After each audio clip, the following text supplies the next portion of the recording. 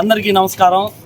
ఈరోజు ఆంధ్రప్రదేశ్ ప్రభుత్వం ఎంతో ప్రతిష్టాత్మకంగా నారా చంద్రబాబు నాయుడు గారి సారథ్యంలో ఈ సీఎంఆర్ఎఫ్ రిలీఫ్ ఫండ్ కింద ఎంతో మందికి దాదాపుగా మన కావలి నియోజకవర్గంలో కావలి శాసనసభ్యులు శ్రీ దగ్గుమాటి వెంకటకృష్ణారెడ్డి గారి సారథ్యంలో ఈరోజు కొన్ని వేల మందికి ఈరోజు సీఎం రిలీఫ్ ఫండ్ ఇప్పించడం జరిగింది. దాదాపు 9 కోట్ల పైచిలుకు ఈరోజు సీఎం రిలీఫ్ ఫండ్ కింద ఇప్పించడం జరిగింది. అందులో భాగంగా మా 8వ వార్డుకు సంబంధించిన షేక్ ఫైజున్నీసా బేగం గారి సంబంధించిన 66,173 రూపాయలు ఈరోజు సీఎం రిలీఫ్ ఫండ్ కింద రావడం మాకు చాలా ఆనందంగా ఉంది.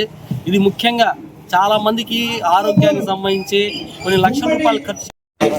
అన్నయ్యపాటి శ్రీనివాస్ గారికి ఆరోగ్యం బాగలేక చెన్నైలో చూపించుకున్నారు. దాంట్లో భాగంగానే ఖర్చు అయిన దాంట్లో ఈరోజు సీఎం రిలీఫ్ ఫండ్ పెట్టుకున్న తర్వాత మన ఎమ్మెల్యే గారు చంద్రబాబు నాయుడు సహకారంతో 91,000 ఈరోజు చెక్ పంపిణీ వచ్చింది.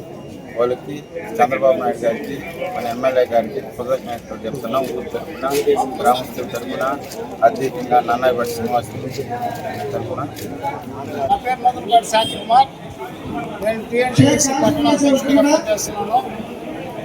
కావలిపట్నం అధ్యక్షుడిగా ఈరోజు మరి సీఎంఆర్ రిలీఫ్ ఫండ్కి సంబంధించినటువంటి చెక్కుల పంపిణీ కార్యక్రమం మా ప్రీతమ నాయకుడు కావాలని కనకపట్నం చేయడానికి కంకణం కట్టుకున్నటువంటి